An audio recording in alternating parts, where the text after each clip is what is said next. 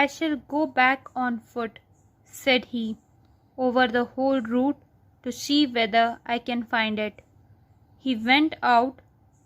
She sat waiting on a chair in her ball dress, without strength to go to bed, overwhelmed, without any fire, without thought. Her husband returned about 7 o'clock. He had found nothing.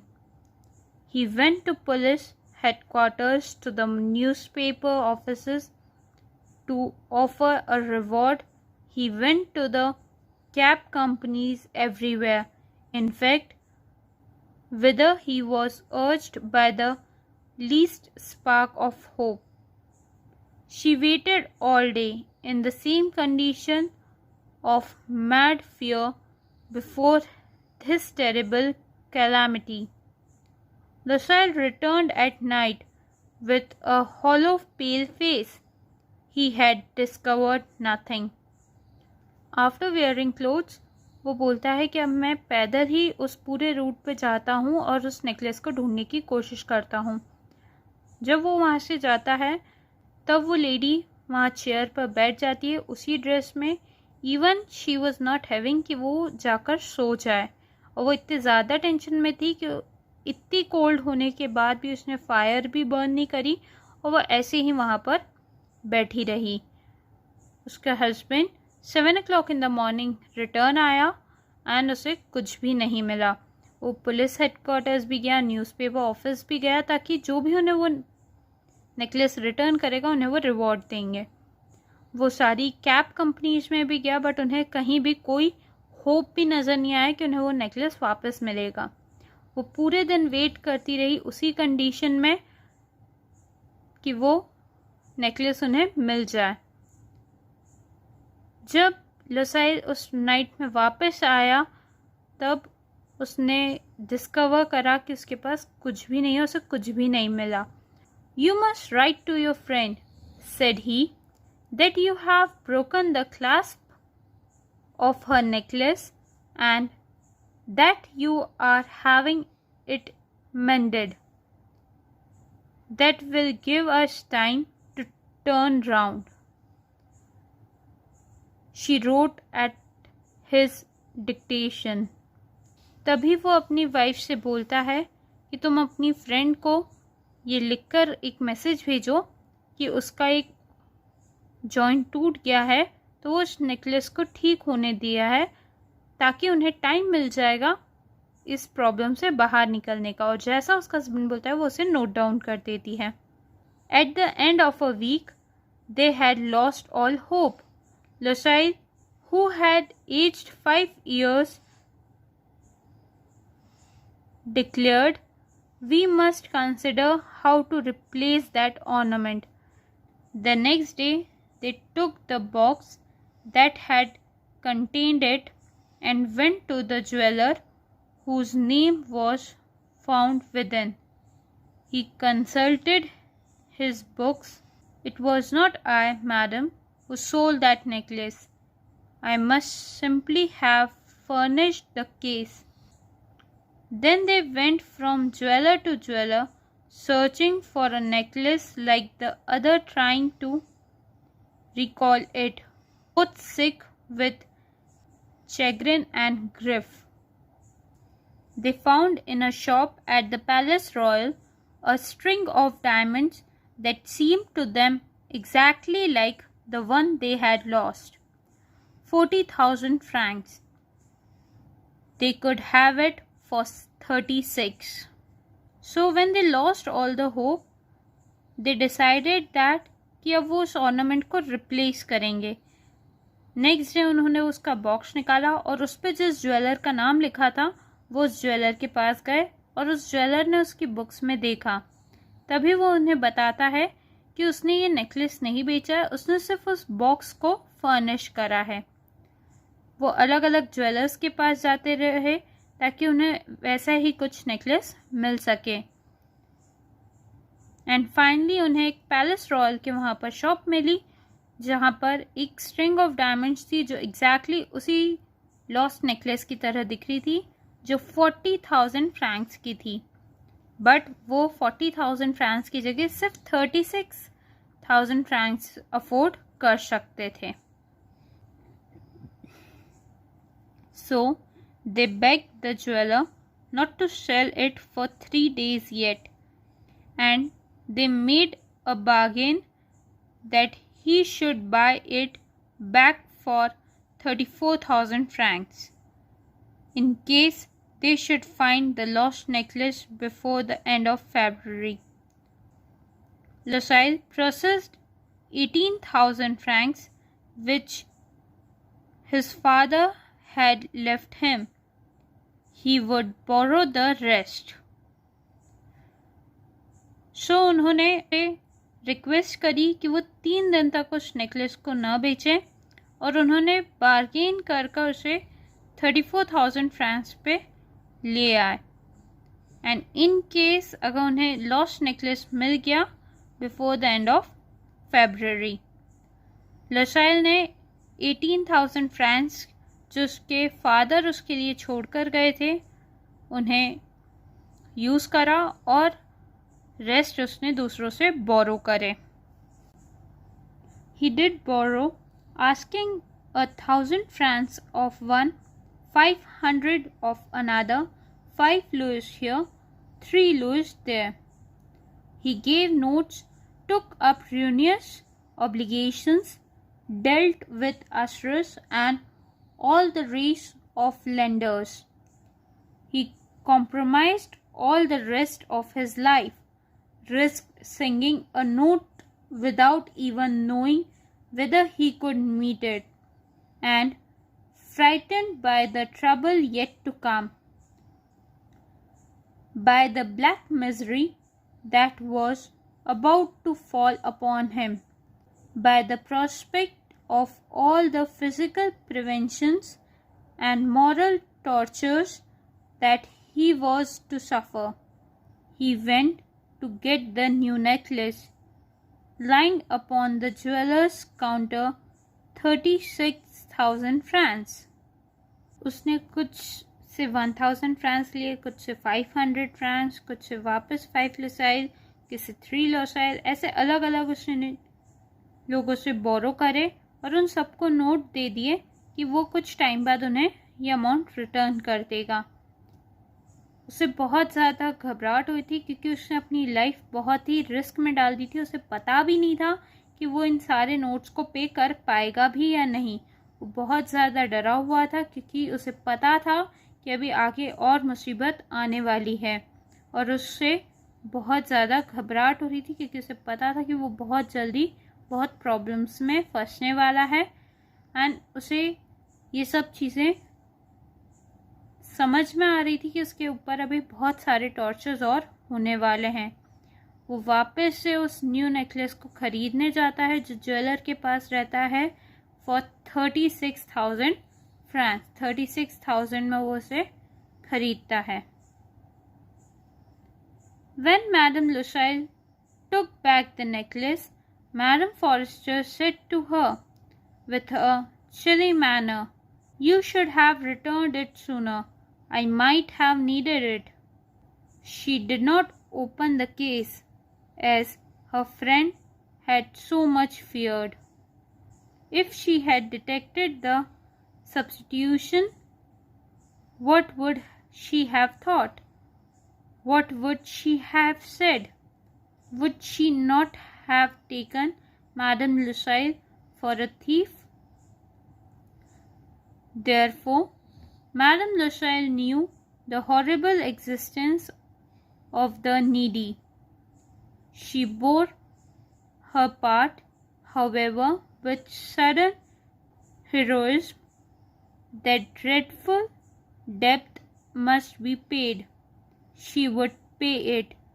They dismissed their servant, they changed their lodgings, they rented a garret under the roof. जब वो necklace लेकर आ गए तो madam लोसाइल अपनी friend madam forester को necklace वापस देने गई एंड उन्होंने बोला कि तुम्हें इस नेकलेस को जल्द ही मुझे लौटा देना था, अगर मुझे उसकी ज़रूरत पड़ती तो उन्होंने उसका केस भी ओपन नहीं करा। अगर वो उसका केस ओपन कर लेती या वो ओपन करके उन्हें दिखाती तो हो सकता था कि उन्हें उसके सब्स्टिट्यूशन मतलब चेंज होने के बारे में पता पड़ जाता और वो क्या बोलती, क्या सोचती, और हो सकता है वो मैडम लोसाइल को एज अ थीफ डिक्लेयर कर देती। इसीलिए मैडम लोसाइल ने वहाँ ज़्यादा कुछ नहीं बोला, वो वहाँ से निकल गई और उन्होंने अपनी लाइफस्टाइल भी चेंज करी क्योंकि उन्हें बहुत सारे डेप्थ पे करने थे, बहुत सारी उधारी पे करनी थी। इसीलिए उन्हें अपनी लाइफस्टाइल चेंज करनी पड़ी। उन्होंने अपने सारे सर्वेंट्स को हटा दिया, उन्होंने अपना जो घर था वो भी चेंज कर लिया और वो एक रेंटेड प्लेस पर अंडर अ सिंगल रूफ रहने लग गए। She came to know what heavy housework meant and the odious cares of the kitchen. She washed the dishes using her dainty fingers and rosy nails on greasy pots and pans. She washed the soiled linen, the shirts, and the dish clothes, which she dried upon a line. She took the slopes down to the street every morning and carried up water, stopping for breath at every landing, and dressed like a woman of the people. She went to the fruiterer, the grocer, the butcher, a basket on her arm, bargaining, meeting with impertinence, defending her miserable money, sow by sow. Every month they had to meet some notes, renew others, obtain more time. अब जब उन्होंने अपना घर बदला, अपना रहने का तरीका बदला, तब उसे पता पड़ा कि हार्डवर्क क्या होता है, घर के काम कैसे किए जाते हैं। उसे किचन में भी काम करना पड़ गया, उसे डिशेस वॉश करनी पड़ गई, अब सब ग्रीसी या जो भी खाने के बर्तन थे उन्हें भी साफ करना पड़ा, उन्हें उसके डर्टी क्लोथ्स या शर्ट्स ये सब भी वॉश करने पड़े। एंड इवन एवरी मॉर्निंग वो स्ट्रीट के वहाँ नीचे जाती थी ताकि वो वहाँ से वाटर लेकर आ सके। And she dress like common ladies dresses पहनती है, उन्हें वैसी ड्रेस पहननी पड़ी।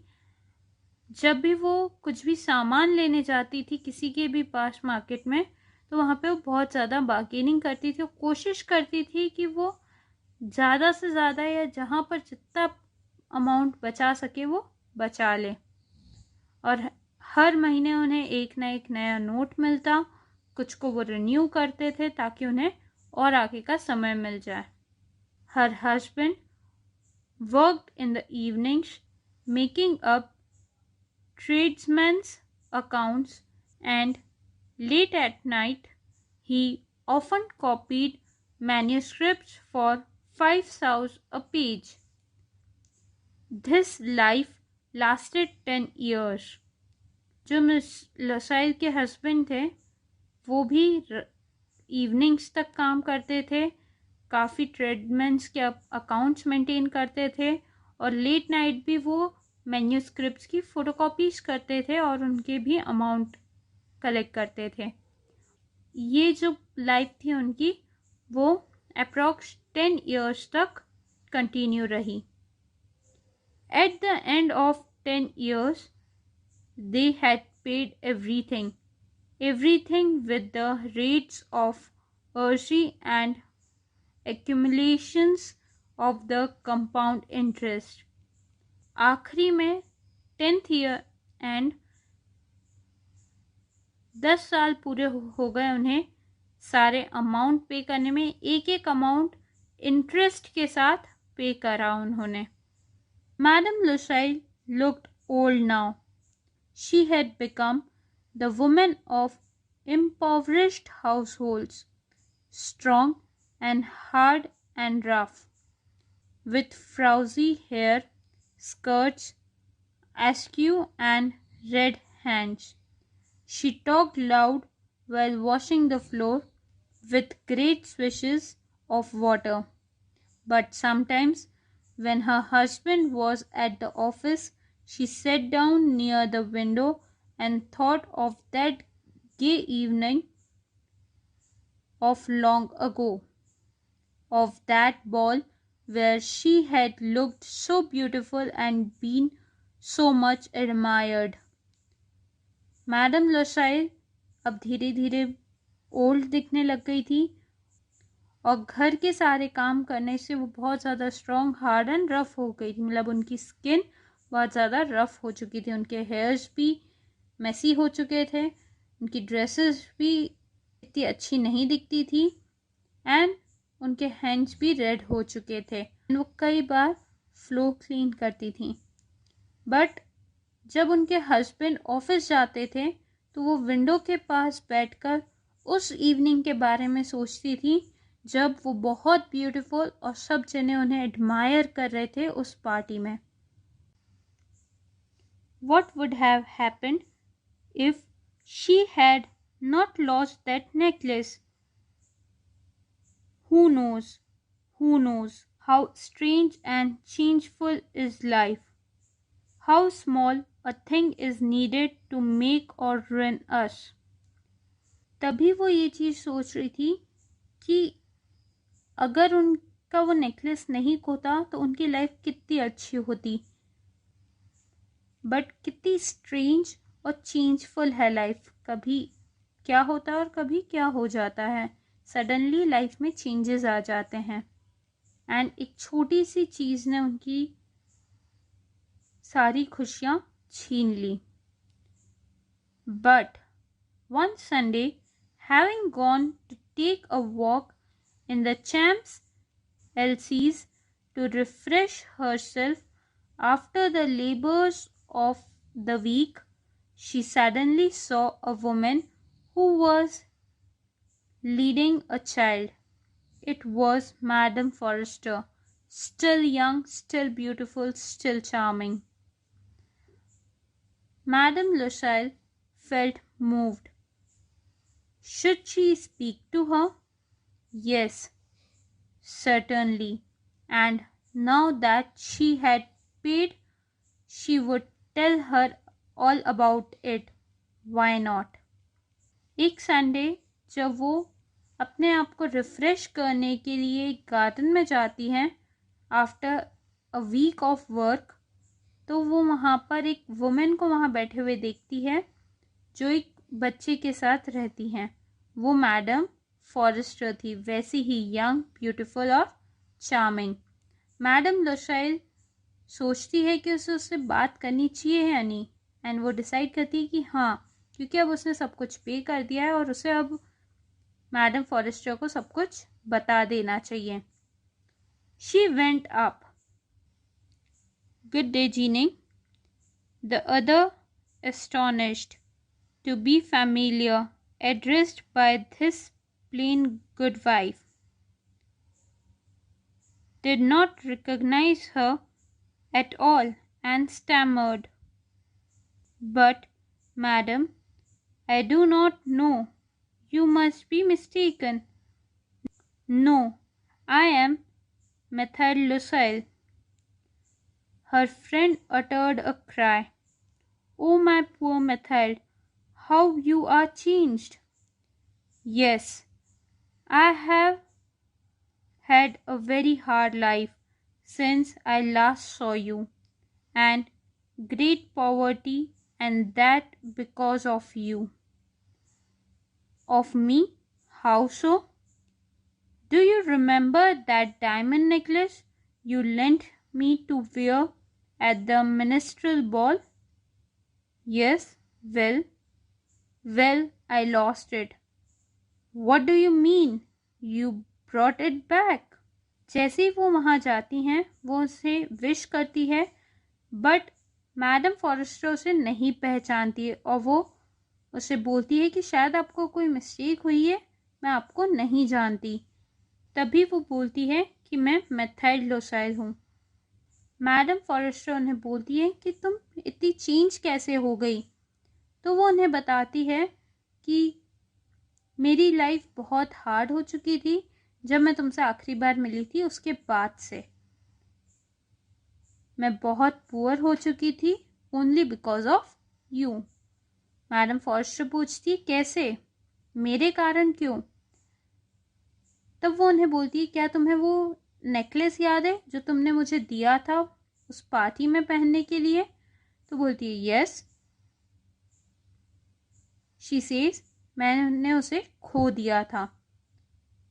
तब मैडम फॉरेस्टर पूछती है, तुम क्या कहना चाहती हो? तुमने तो मुझे वो वापस दे दिया था। I brought you back another exactly like it, and it has taken us 10 years to pay for it. You can understand that it was not easy for us who had nothing. At last it is ended, and I am very glad. वो उसे बताती है कि उसने उसे दूसरा necklace लाके दिया था जो एग्जैक्टली उसके जैसा दिखता है, और उन्हें 10 इयर्स लग गए उस नेकलेस की कीमत चुकाने में।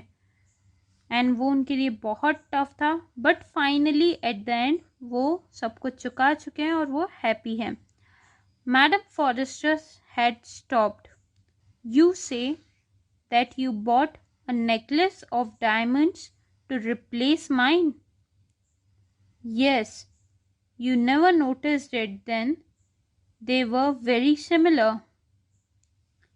मैडम फॉरेस्टर रुकती हैं एंड बोलती हैं, क्या तुमने मेरे नेकलेस को रिप्लेस करने के लिए मुझे एक डायमंड नेकलेस दिया है?